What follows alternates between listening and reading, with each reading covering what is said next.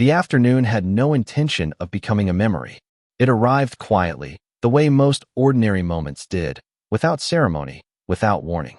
Sunlight filtered through the thin curtains of the living room, soft and unassuming, settling on the edges of furniture that had been chosen together years ago. The clock on the wall ticked steadily, each second identical to the last. Outside, a neighbor's radio played faintly, a song she didn't recognize but didn't mind. She was standing in the kitchen, barefoot against the cool tiles, rinsing a mug she had already cleaned once before. Her thoughts drifted lazily, unanchored. She was thinking about nothing in particular. What to cook for dinner, whether the grocery list still lived on the fridge door, how quickly the week had slipped by. That was when her phone vibrated. Not rang. Vibrated. She wiped her hands on a towel and picked it up, expecting something small. A reminder. A message. Instead, his name filled the screen. Her husband. She smiled without realizing it. It was automatic, reflexive, like breathing.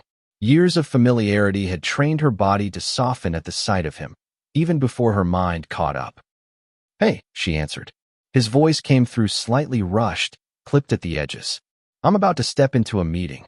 She glanced at the clock. Earlier than usual. "Oh, okay. I just wanted to check in. I'll call you back later." There was nothing strange about it. Nothing alarming. He had meetings often. Calls cut short all the time. This was marriage in its most mundane form. Two lives intersecting briefly before moving on. "All right," she said. "I'm making tea anyway." "Good," he replied, distracted already. "Talk later." The call ended, or so she believed. The screen went dark. She set the phone down on the counter, face up, beside the kettle. The familiar hum of the appliance began to rise as she flicked the switch. Steam would follow soon. Everything followed patterns. Everything made sense. She turned away from the counter and leaned against it, arms folded loosely, watching the afternoon light creep slowly across the floor. The house was quiet in the way that felt earned, not empty. A quiet that came from routine, from safety, from believing you knew where your life was heading. She did not look at the phone again. If she had, she might have noticed the smallest detail, the thin green line at the top of the screen. The call timer still running. The connection unbroken. But she didn't. She never did notice the things that mattered until they demanded her attention. The kettle clicked louder now, a rising insistence. She reached for a cup, pulling it from the cupboard she had organized herself one slow afternoon years ago. The cup was chipped at the rim. He'd once suggested throwing it away. She'd kept it anyway. Outside, a car horn sounded briefly. Somewhere down the street, a door slammed. The world continued without hesitation. Then, a sound came from the counter. At first, her mind dismissed it. A glitch. A notification. The faint electronic ghost of a device doing what devices sometimes did. But then it came again. A laugh. Not loud. Not exaggerated. Just a breath of amusement. Soft, effortless, unfamiliar. Her body reacted before her thoughts did. She froze. One hand hovered midair, fingers curled around nothing. Her shoulders tightened. The sound had been clear enough that there was no mistaking it for background noise. It had come from the phone. She turned slowly, eyes narrowing at the screen as if it might explain itself. The kettle began to scream. She ignored it. The laugh came again, closer this time. Warmer. And then a voice. His voice, but different. Relaxed in a way she rarely heard anymore. Laced with something intimate, something unguarded. "You're terrible," he said, amused. "You know that." Another voice replied. A woman's voice. Low. Familiar in tone, but not in identity. Confident. Comfortable. "Oh, please," the woman said. "You love it." The room tilted. Her hand dropped to the counter, gripping the edge for balance. The sound of boiling water filled the kitchen, sharp and shrill, but it felt distant, like it was happening in another house, another life. The phone stayed exactly where she'd left it. He spoke again, laughing softly. "I swear, you make everything easier." Easier. The word echoed inside her head, bouncing against memories that suddenly felt fragile. Late nights. Short answers. The way he'd seemed tired even when he wasn't working. The way his smile sometimes arrived late, like it had to be summoned. Her chest tightened. She didn't move. She didn't breathe. She became very still, as though motion might shatter whatever fragile thread was holding her upright. I can't wait until this is all over, he continued. She has no idea? None. The kettle's scream reached its peak, then clicked off abruptly. Silence rushed in to replace it, but only from the kitchen. The phone kept speaking. Her mind tried to resist, tried to rationalize. Maybe it was a joke. Maybe context would fix it. Maybe there was something she wasn't understanding yet. But deep down, somewhere beneath the shock, a knowing settled. This wasn't confusion. This was confirmation. She leaned closer to the counter, as if proximity could somehow change the meaning of the words pouring out. Her reflection stared back at her from the dark screen of the phone, eyes wide, face drained of color, mouth slightly open in disbelief. She trusts me, he said casually. She always has. The woman laughed again. That's what makes it easy. Her fingers trembled. She wanted to scream, to throw the phone, to interrupt, to demand answers, to collapse. She did none of it. Instead, she stood there and listened. She listened as plans were mentioned without details, as timelines were hinted at without dates, as her life was discussed like an obstacle that would soon be cleared. Each sentence landed with quiet precision, slicing through years of shared history. There was no single moment where everything broke. It was a gradual unraveling. The kettle sat forgotten. The tea never made. The afternoon light continued its slow journey across the floor, indifferent to the way her world was dissolving molecule by molecule. Finally, there was a pause on the line. A rustle. A shift. Oh, wait, he said suddenly. I have to go. There was a click. The screen went black. This time, the call truly ended. The silence that followed was absolute. She stared at the phone long after it stopped glowing, as if it might speak again, as if it might apologize, as if it might undo what had just been done. Her heart beat loudly in her ears, uneven and insistent. She realized she was holding her breath and forced herself to inhale. The air felt heavier than before. Nothing in the room had changed. The counters were the same. The clock still ticked. The cups still waited on the counter. And yet, everything was different. She sank into the chair by the table, legs weak beneath her. Her mind replayed the call in fragments, looping the words she wished she could unhear. She pressed a hand to her chest, feeling the steady, stubborn rhythm of her heart. It hadn't stopped. Not yet. Somewhere deep inside, beneath the shock and the ache, something else stirred. Not anger. Not sadness. Awareness. The line had stayed open. And in doing so, it had opened something else, something she didn't yet have words for, but would one day understand.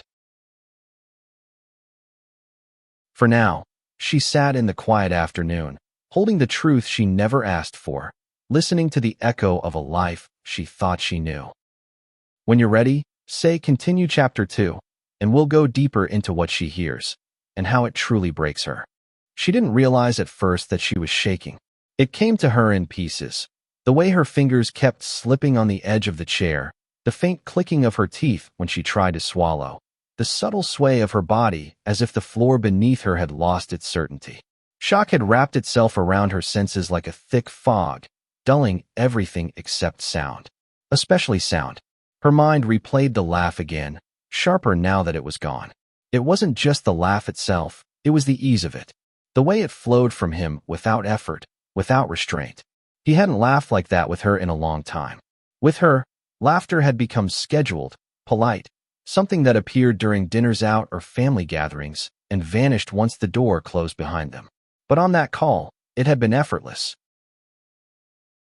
She stood slowly, knees unsteady, and reached for the phone as if it were something alive. Her thumb hovered over the screen. A part of her expected it to light up again, to prove she had imagined everything. Another part feared it would do exactly that. It stayed dark. She carried it with her into the living room, sitting down on the couch she had chosen because he said it looked comfortable enough. The cushions sank beneath her weight. The room smelled faintly of detergent and dust warmed by sunlight. Familiar. Safe. Or at least it had been. She pressed the phone to her ear, irrationally checking for sound, as though the voices might still be trapped inside. Nothing. Just the soft rush of her own breathing, uneven and loud. Her mind began its desperate work. Maybe context would save her. Maybe she'd misunderstood the tone. Maybe she wasn't her. Maybe it was about work, or a friend, or something innocent that only sounded cruel when overheard halfway through. She clung to the maybes with the ferocity of someone drowning. But then the words returned, uninvited and precise. She has no idea. That's what makes it easy. Her chest tightened again, sharper this time, like a delayed wound finally realizing it had been cut. She leaned forward, elbows on her knees, staring at the rug beneath her feet. The pattern blurred as tears welled, but still, they didn't fall. Her body seemed determined to stay upright, to remain functional, as though collapsing would make everything irreversible. She thought of the first time she had heard his voice. Years ago, on a call just like this one. Except back then she had been smiling the entire time. His voice had sounded confident then too, but warm, curious, focused on her. He had asked questions and waited for answers. He had laughed easily, openly. She had trusted that voice. Now it felt like a stranger had borrowed it. Her phone buzzed suddenly in her hand. She gasped, a sharp intake of breath that hurt. The screen lit up, not with his name, but with a message notification from a group chat she hadn't muted. She stared at it, disoriented, as though the world had the audacity to continue without acknowledging what had just happened. She set the phone down again, face down this time, as if hiding it could quiet the echo in her head. Her gaze drifted to the hallway, to the closed door of their bedroom. Their room, the place where conversations were supposed to be honest, where voices lowered into whispers meant only for each other. She hadn't heard that laugh there in months. She stood and walked slowly down the hall, each step deliberate, careful.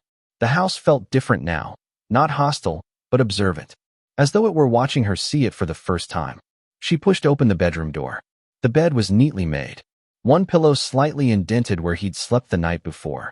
She crossed the room and sat on the edge, fingers brushing the fabric of the sheets. Ordinary, innocent, and yet suddenly loaded with questions. How long? The thought surfaced quietly but refused to leave. How long had there been another voice? She moved to his side of the bed and opened the drawer of the nightstand. Inside were the usual things, charging cables, a notebook, a pen that never worked properly. Nothing suspicious, nothing damning. Disappointment washed over her, followed quickly by shame. She hadn't come in here to investigate. Not yet. She hadn't planned to do anything at all. Her body had simply moved on its own, driven by a need to understand. She closed the drawer and sat back on the bed, hands folded in her lap like a child waiting to be addressed. Her mind replayed the call again, slower now, dissecting every word. He hadn't sounded guilty. That was what hurt the most. There had been no hesitation in his voice, no caution, no awareness that he was standing on the edge of something dangerous. He had spoken freely, comfortably, as if betrayal were just another task he'd learned to manage well. And the woman, she squeezed her eyes shut. The woman hadn't sounded afraid either. She had sounded confident, familiar, like this wasn't new. Her throat tightened as a realization settled in, heavy and unavoidable. This wasn't a mistake. This was a life running parallel to hers. She stood again, restless now, moving through the house without purpose. Her fingers traced the back of the couch, the edge of the dining table, the frame of a photograph on the wall. In it, they stood side by side, smiling at the camera, his arm around her shoulders. She studied his face in the photo, searching for signs. Had he been laughing like that even then, somewhere behind her back? Had he been holding another phone in his other hand? Her reflection stared back at her from the glass. She looked older than she remembered. Not physically, though exhaustion had etched faint lines around her eyes, but in the way knowledge ages you instantly. Like innocence had been removed in one swift motion, leaving behind someone sharper, more alert. She lowered herself into the armchair by the window and finally let herself cry. The tears came quietly, slipping down her cheeks without sound. She pressed her fingers to her mouth, muffling the small, involuntary noises that escaped. Her shoulders shook once, twice, then stilled as she forced herself to breathe through it. She wasn't ready to break. Not yet. As the tears slowed, something else began to surface beneath them. Anger. It arrived not as a blaze, but as heat, steady, contained, spreading slowly through her chest. It wasn't explosive. It didn't demand action immediately. It simply was. She wiped her face with the back of her hand and stared out the window at the street below. People walked by, unaware. A woman laughed into her phone. A man jogged past with headphones in. Life, continuing. Her phone buzzed again. This time, it was his name. Her heart jumped painfully, but she didn't reach for it right away. She watched it vibrate on the coffee table, the screen lighting up insistently, as if nothing had changed. As if he hadn't just dismantled her world with an open line. She let it ring. It stopped. A moment passed. Then a message appeared. Just finished the meeting. Everything okay? She stared at the words, disbelief mingling with fury. The casualness of it struck her like a slap. Everything okay? As though he hadn't just spoken about her life as an inconvenience. Her fingers hovered over the screen. She could confront him now. Demand answers. Tear the truth out of him while the echoes of the call were still fresh. But something held her back. A quiet instinct. A sense that this moment, this fragile space between what she knew and what he believed she knew, was important. She set the phone down without replying. For the first time since the call, she felt something close to control. She leaned back in the chair, closing her eyes, listening to the hum of the house, the distant sounds of the street. Her heart still ached, but beneath the ache was a clarity beginning to form. She had heard the voice she wasn't meant to hear, and now she would decide what to do with it. When you're ready, say continue chapter 3. That's where the true breaking point happens, not in what she hears, but in what she realizes. Night arrived without asking her permission. It crept in slowly, softening the edges of the house, dimming the corners where sunlight had once pretended everything was fine. She hadn't moved much since the afternoon, just small shifts, minor adjustments, like a body trying to remain comfortable in a space that no longer fit. The phone lay silent on the table. He hadn't called again. That absence spoke louder than any explanation. She sat on the couch with a blanket pulled over her shoulders, though she wasn't cold. The television was on, its images flickering without meaning, voices blending into a distant murmur. She couldn't focus on the screen. Her thoughts moved in slow circles, returning again and again to the same center. The call. Not the words anymore, but the tone. The certainty. She had always believed that betrayal would arrive dramatically. Raised voices, obvious signs, undeniable proof that would force her to act. She hadn't expected it to slip in quietly, disguised as an ordinary afternoon, carried on a line that never closed. She reached for the phone at last. Her fingers hesitated over the screen before unlocking it. The glow felt harsh in the dim room, exposing the truth she'd been avoiding. She scrolled through their message history slowly, reading exchanges that had once felt safe. On my way. Running late. Sorry, long day. Each message rearranged itself now, forming a pattern she hadn't noticed before. Absences disguised as responsibilities. Silence explained away as exhaustion. She set the phone down again, chest tightening. This wasn't about one call. It never had been. The breaking point came not with anger, but with recognition. She saw it suddenly, clear and sharp. The moment didn't explode. It settled. He hadn't forgotten to hang up. He had forgotten her. The thought landed heavily, pressing the air from her lungs. It explained everything. The ease in his voice. The lack of fear. The way he had spoken as though she were already gone. She pressed a hand to her chest, as if to anchor herself. The ache there deepened, spreading outward, wrapping around her ribs. Tears welled again, but this time they didn't stay contained. They fell freely, hot and relentless, soaking into the blanket she clutched tightly. Her breathing grew uneven. She wasn't crying because he loved someone else. She was crying because she realized how long she had been living alone, inside a marriage that had quietly moved on without her. Her mind traveled backward, replaying moments she had dismissed. The dinners eaten separately, the way conversations ended quickly, as if he were always halfway elsewhere. The nights she had lain awake beside him, staring at the ceiling, wondering when closeness had turned into coexistence. She had asked once, just once, "Are we okay?" she had said, her voice casual, as if the question didn't matter. He'd smiled. "Of course we are." She had believed him. The realization broke something open inside her. Not loudly, not violently, but completely. She folded forward, elbows resting on her knees, face buried in her hands. The sobs came then, deep and uncontrollable, pulling sounds from her she didn't recognize. Her body shook as grief finally claimed the space shock had been occupying. This was the moment. The moment where hope dissolved. The moment where denial lost its grip. The moment where she accepted that the life she had been protecting no longer existed. Time passed without shape. Minutes or hours, she couldn't tell. The television continued playing to an empty audience. Outside, streetlights flickered on, casting pale light through the window. Eventually, the tears slowed. She straightened, wiping her face with trembling hands. Her eyes burned, her head throbbed, but beneath the exhaustion was something else, something newly solid. Clarity. She stood and walked into the bathroom, flipping on the light.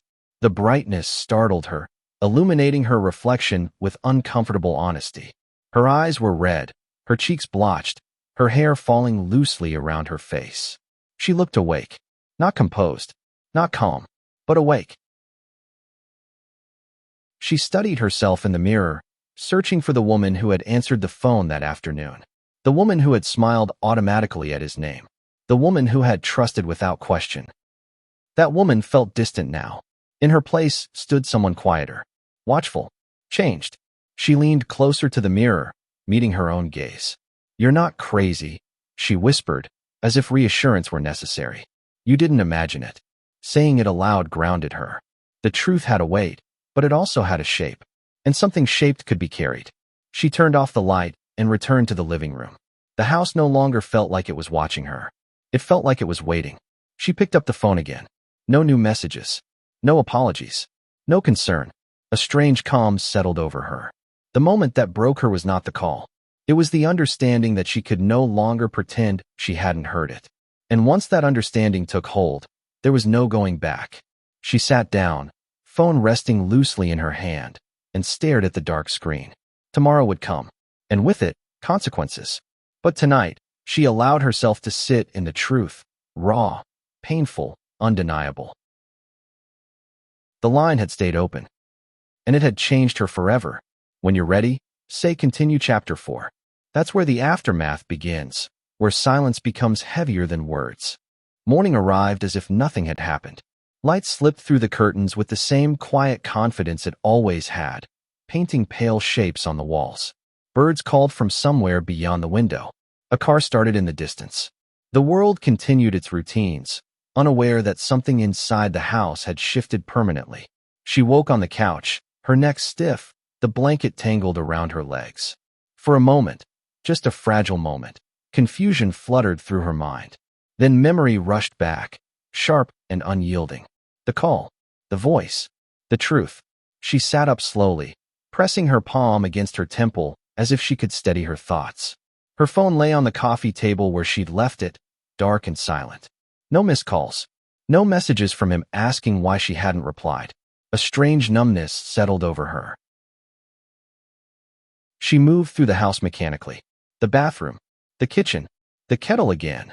This time, she watched it carefully, as if it might betray her too. She poured the water, added tea leaves, wrapped her hands around the mug. The warmth barely registered. She stared at the wall while she drank, her mind drifting not to the future, but to the present, this strange in-between state where she knew too much and had said nothing at all. The front door opened just after 9. Her body tensed instantly. He stepped inside, loosening his tie, glancing around with the casual familiarity of someone returning to a place he believed was secure. "Morning," he said lightly, as though the word carried no weight. She turned to face him. For the first time since the call, she saw him clearly. Not as her husband, not as the man she had built a life around, but as someone capable of speaking about her as though she were absent. He paused when he noticed her expression. "Everything okay?" The question landed flat. She searched his face for something: hesitation, guilt, awareness. There was nothing, just mild concern, the kind reserved for inconveniences. "Yes," she said after a moment. Her voice surprised her. It was steady. "I'm fine." He nodded, already satisfied, already moving past the moment. "Long night," he muttered, heading toward the bedroom. She watched him go, her fingers curling slowly around the mug. That was when it hit her, not as pain, but as clarity. He thought the call had ended. He thought the truth was still his to control. The realization didn't empower her immediately. It didn't spark confrontation or dramatic declarations. Instead, it settled into her like a quiet understanding. This space between what she knew and what he believed she knew was temporary, and she would decide when it closed. The day unfolded slowly. They existed in the same house, passing each other like polite strangers. He answered emails, took another call behind a closed door. She folded laundry, cleaned surfaces that were already clean. Their words stayed shallow, functional. Did you eat? I'll be out late. Okay. Each exchange felt rehearsed, as though they were actors reading lines from a script neither believed in anymore. That afternoon, she found herself standing in front of the bookshelf, fingers brushing spines she recognized. Books they'd bought together, stories they'd once shared. She pulled one out at random and flipped through it, not reading, just touching the pages, grounding herself in something tangible. She wondered how many times he'd stood in this room, phone pressed to his ear, laughing that laugh. The thought no longer made her chest tighten. Instead, it hardened something inside her. That night, he sat beside her on the couch, close enough that his arm brushed hers. The contact felt foreign. She didn't pull away, but she didn't lean in either. "You've been quiet," he said. She looked at him then, really looked at him, and felt something surprising. Detachment. "I'm just tired," she replied. He accepted the answer easily. Too easily. He always had. Later, when he fell asleep, she lay awake beside him, staring at the ceiling. His breathing was even, untroubled. She wondered when he'd stopped worrying about her noticing the distance. Perhaps he'd assumed she never would. She turned her head slightly, watching the rise and fall of his chest. There was a time when this sight had brought comfort. Now it felt like observation. She slipped quietly out of bed and returned to the living room. Sitting at the table, she pulled out a notebook she hadn't opened in years. The first page was blank. She stared at it for a long time. Then she wrote one sentence. "I heard everything." The words looked stark against the white page. Powerful. Real. She closed the notebook and set it aside, heart beating steadily. After the call, there was no immediate explosion. No confrontation. No collapse. There was only awareness. And awareness, she realized, was far more dangerous than anger. When you're ready, say continue chapter 5. That's where reckoning begins, not loudly, but deliberately. Reckoning did not arrive with confrontation. It arrived in the smallest moments, quiet, unannounced, relentless. It came when she noticed how easily she anticipated his schedule now, not because she knew him well, but because his absences followed a pattern. It came when she realized she no longer waited for the sound of his keys at the door. It came when she caught herself listening less carefully when he spoke, her mind already moving ahead of him. The house still functioned. Meals were cooked. Bills were paid. Words were exchanged. From the outside, nothing had changed. Inside, everything had. She began to see the past with sharpened clarity. A dinner he'd canceled at the last minute, work emergency. A weekend trip that never materialized, unexpected obligation. A sudden insistence on privacy, stress. Each memory rearranged itself, forming a story she could no longer deny.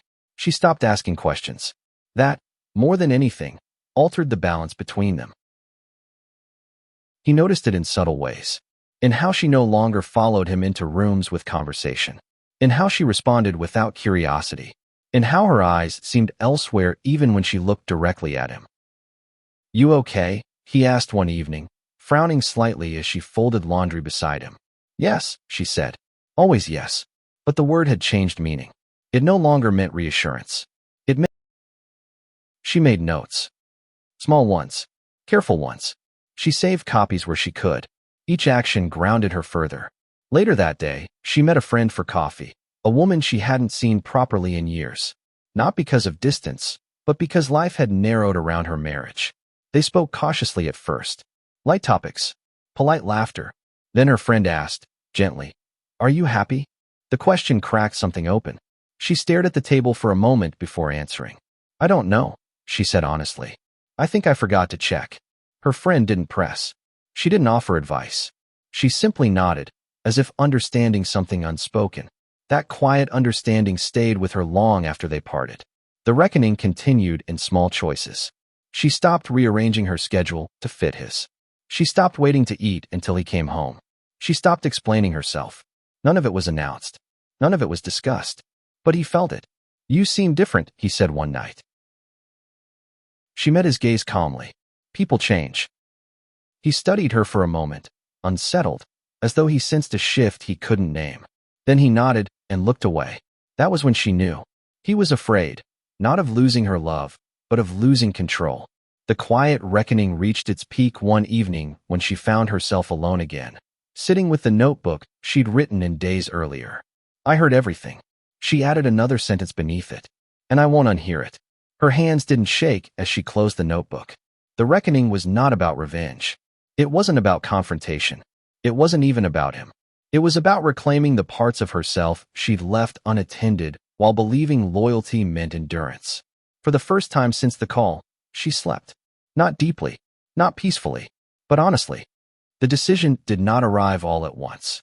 It assembled itself quietly, piece by piece, in the spaces between her thoughts, in the pauses before she answered questions, in the calm that followed moments that once would have unraveled her. Choosing herself was not dramatic. It was deliberate. She woke early that morning, before the alarm, before the world felt loud. The house was still. The air carried that muted hush that existed only before dawn. She sat at the edge of the bed and listened to his breathing, steady and unaware.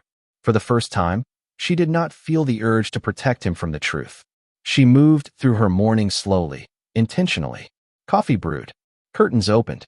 The sky softened from gray to pale blue. She dressed with care, not to impress, not to prepare for confrontation, but to feel present in her own body. When he emerged from the bedroom, rubbing sleep from his eyes, she was already seated at the table. "Morning," he said. She looked up. "We need to talk." The words were simple, even, unavoidable. He paused, something flickering across his face. Surprise, maybe, or calculation. He pulled out a chair and sat, posture cautious. "What's wrong?" he asked. She noticed how quickly he went wrong, as though there was only one reason she might speak seriously. She took a breath, not to steady herself, but to mark the moment. "I heard the call," she said. The silence that followed was different from all the others that had come before it. He blinked once. Then again. "What call?" "The one you forgot to end." The color drained from his face so subtly it might have gone unnoticed by anyone else. His mouth opened, then closed. For a moment, he looked genuinely disoriented, as though the reality he'd constructed had shifted beneath his feet. She didn't raise her voice. She didn't accuse. She simply watched him. "I didn't mean," he started, then stopped. "Tried again." It wasn't what it sounded like. She nodded once. It was exactly what it sounded like. His shoulders stiffened. "You should have told me you were still on the line." The deflection arrived right on time. She met his gaze steadily. "You should have ended it." That stopped him. He searched her face, likely looking for cracks, for tears, for anger, for any sign that this was still a conversation he could control. He found none. "How long have you known?" he asked quietly. She considered the question. "Long enough." He ran a hand through his hair, exhaling sharply. "We can talk about this. Fix it." The word fix settled between them, heavy and misplaced. She leaned forward slightly. "You've been fixing this for a while," she said. "Just not with me." The truth hung in the air, undeniable. She reached into her bag and pulled out the notebook. She didn't open it. She didn't need to. She placed it on the table between them like a marker. "I'm not here to argue," she continued. "I'm not here to beg. I'm telling you what's going to happen." His jaw tightened. "You don't get to decide everything."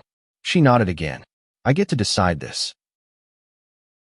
She explained calmly where she would stay, what she would take, what she expected next.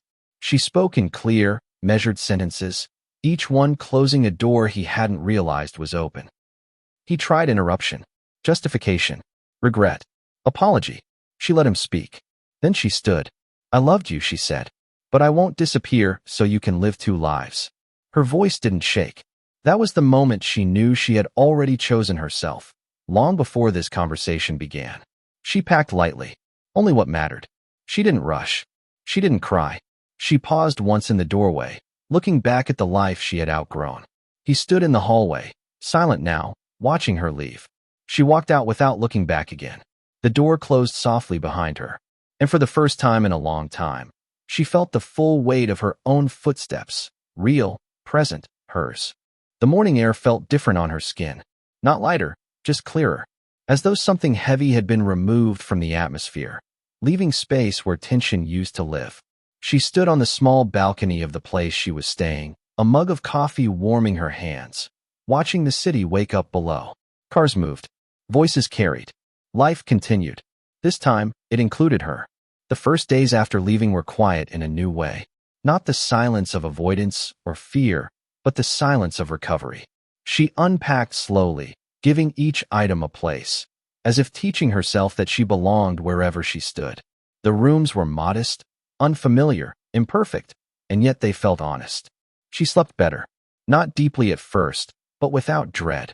Her phone buzzed often in those early days. Messages she didn't open, calls she didn't answer, apologies that arrived too late to be useful.